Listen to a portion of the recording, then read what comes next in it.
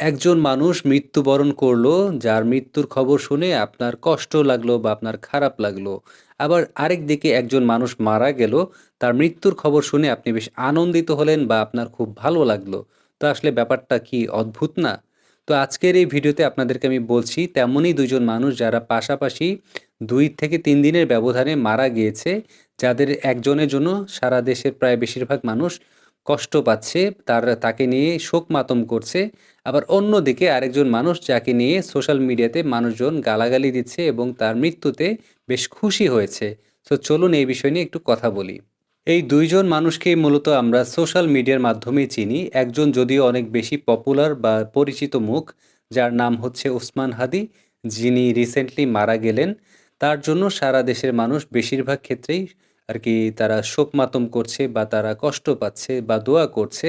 কারণ হচ্ছে সোশ্যাল মিডিয়ার থ্রুতে আমরা দেখেছি তার দেশের প্রতি ভালোবাসা, তার ন্যায়পরায়ণ কথাবার্তা এগুলো মানুষ বেশ পছন্দ করেছে, যার জন্য তাকে সবাই ভালোবেসেছিল। আর অন্যদিকে একজন মানুষ যাকে আমরা যদিও খুব কম মানুষই চিনি সোশ্যাল মিডিয়াতে, শুধুমাত্র যারা অ্যাক্টিভ তারাই বেশিরভাগ ক্ষেত্রে চিনে থাকবেন। তার নাম হচ্ছে নাহিদ রিয়াসাত। সে হচ্ছেন পেশাগতভাবে একজন জার্নালিস্ট বা সাংবাদিক এবং পাশাপাশি কনটেন্ট ক্রিয়েটর। আসলে এটা বলতেও খুব খারাপ লাগছে। খুবই নিম্নমানের কুরুচিশীল কনটেন্ট বলতে যা বোঝায় সেগুলো সে আর তার স্ত্রী মিলে বানাতো এবং সেগুলো সোশ্যাল মিডিয়াতে আপলোড করত। যা আসলে বেশিরভাগ মানুষ তাদেরকে গালাগালি করত। কমেন্টে এত আজে-বাজে কথা বলত, মানুষ তাকে গালি দিয়ে ভরিয়ে ফেলত। তবুও সে ধরাকে সরা জ্ঞান করত। তার মধ্যে সবচাইতে বড় বিষয় হচ্ছে সে ধর্ম নিয়েও ফাজলামি করছে এবং অনেক তার প্রুফ সে অলরেডি রেখেও গেছে। এবং তার যে কনটেন্টগুলো সেগুলো আসলে সোশ্যাল মিডিয়াতে আপনি বুঝতেই পারছেন, এখন বাচ্চা থেকে বুড়ো সবাই ব্যবহার করে। কিন্তু একটা বাজে কনটেন্ট যখন সামনে এসে পড়ে, একটা ছোট বাচ্চা যখন সেই কনটেন্টটা দেখে তার উপরে কিন্তু তার একটা প্রতিক্রিয়া সৃষ্টি হয়। তো যা হোক, সো আপনাদেরকে কিছু প্রুফ দেখাচ্ছি। যেমন হাদি যে মারা গেল, ওসমান হাদি, সে মারা যাওয়ার ফলে মানুষ কি কমেন্ট করছে সেগুলো আপনাদেরকে একটু দেখাই, আপনারা দেখুন। ভাই এত খারাপ লাগছে কেন? রক্তের সম্পর্ক নাই তবুও কেন হৃদয় ছিঁড়ে যাচ্ছে? আল্লাহ জান্নাতবাসী করুন, আমিন। জি, একদম তার জন্য সবাই দোয়া করবেন।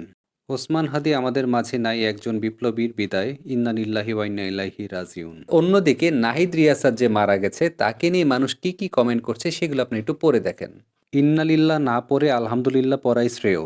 তাদের ভিডিওগুলো আমি ২-১ বার দেখেছি। এতটা জঘন্য এবং ভাষাগুলো এতটা খারাপ, দেখার মতো না। জীবনে প্রথমবারের মতো কোনো মানুষের মৃত্যুর সংবাদ শোনার পর আলহামদুলিল্লাহ বলতে বাধ্য হচ্ছি। আলহামদুলিল্লাহ। আলহামদুলিল্লাহ সেই আলহামদুলিল্লাহ, আলহামদুলিল্লাহ। পাপে মৃত্যু, সবকিছু শেষ আছে। কনটেন্টের নামে যা বানিয়েছে আল্লাহ মাফ করুক। যদিও আমাদের এলাকার, তবু আলহামদুলিল্লাহ। জাহান্নামে যাক। শালা নাস্তিক। কিসের সাংবাদিক? আস্ত একটা শয়তান ছিল। যুবকদের নষ্ট করার কারিগর ছিল সে। আলহামদুলিল্লাহ, এক জানোয়ার আর আবর্জনা দূর হইছে দুনিয়া থেকে। এই লোকের মরার খবরে খুব খুশি হয়েছি। আরেকজন, জানাজা দাফন কেন হবে? উনি তো নাস্তিক ছিলেন। এই লোকের আবার জানাজা দিল কে? এরা তো মুসলিম ধর্মের কোনো নিয়ম নীতি মানত না। স্বামী স্ত্রী দুইজনই শরীরে ট্যাটু করা, তার উপরে কন্টেন্টের নামে নোংরা অশ্লীল কথাবার্তা ও অঙ্গভঙ্গি করত। তো এই নাহিদ রিয়াসাত সে ধর্ম নিয়েও অনেক ফাজলামি কটাক্ষ করে কথা বলেছে, যার একটি স্ক্রিনশট আপনাদেরকে দেখিয়ে দিচ্ছি। আপনারা একটু নিজেরা পড়লেই বুঝতে পারবেন সে কতটা নিকৃষ্ট মনের একজন মানুষ ছিল। যদিও একটা মানুষ মারা গেলে তাকে নিয়ে আর কিছু বলা উচিত না, কিন্তু আসলে তার ক্ষেত্রে কিছু না বলেও পারলাম না। এটা আসলে আমাদের জন্য একটা শিক্ষা, যেই কারণে এই ভিডিওটি বানানো। বিষয় হচ্ছে, আপনি দুনিয়াতে এমন কোনো কর্ম করে যাবেন না বা রেখে যাবেন না, যেগুলো করে যাওয়া বা রেখে যাওয়ার ফলে পরবর্তীতে মানুষ আপনাকে নিয়ে আজে-বাজে কথা বলে। বরং আপনি এমন কিছু কাজ করে যান, যে কাজগুলোর জন্য পরবর্তীতে আপনি দুনিয়া থেকে যখন চলেও যাবেন, মানুষ যেন অন্তত আপনাকে খারাপ না বলে এবং বরং আপনার জন্য দোয়া করে। এই নাহিদ রিয়াসাত যে কাজগুলো করেছে, সে কিন্তু সোশ্যাল মিডিয়াতে এই যে দেখেন ধর্ম নিয়ে অনেক আজে-বাজে কথা বলেছে। সে খুব 18+ মার্কা কিছু ভিডিও আরকি বানিয়েছে, যেগুলোতে আজেবাজে কিছু কৌতুক সে অ্যাড করেছে, যেগুলো তার স্ত্রী আর সে মিলে বানাতো আর আপলোড করতো। সো কতটা নিকৃষ্ট টাইপের মানুষ যে হতে পারে।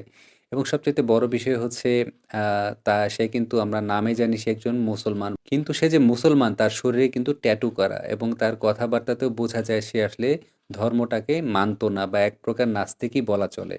তো সবার জন্য শিক্ষাস্বরূপ মূলত এই ভিডিওটি বানিয়েছি। আপনারা আশা করি এই ভিডিও থেকে কিছুটা হলেও শিক্ষা নেবেন এবং দুনিয়াতে এমন কোনো অপকর্ম করবেন না যে অপকর্ম আপনি মরে যাওয়ার ফলে আপনার জন্য আপনার পরিবারও পর্যন্ত অপদস্থ হয় বা ছোট হয়।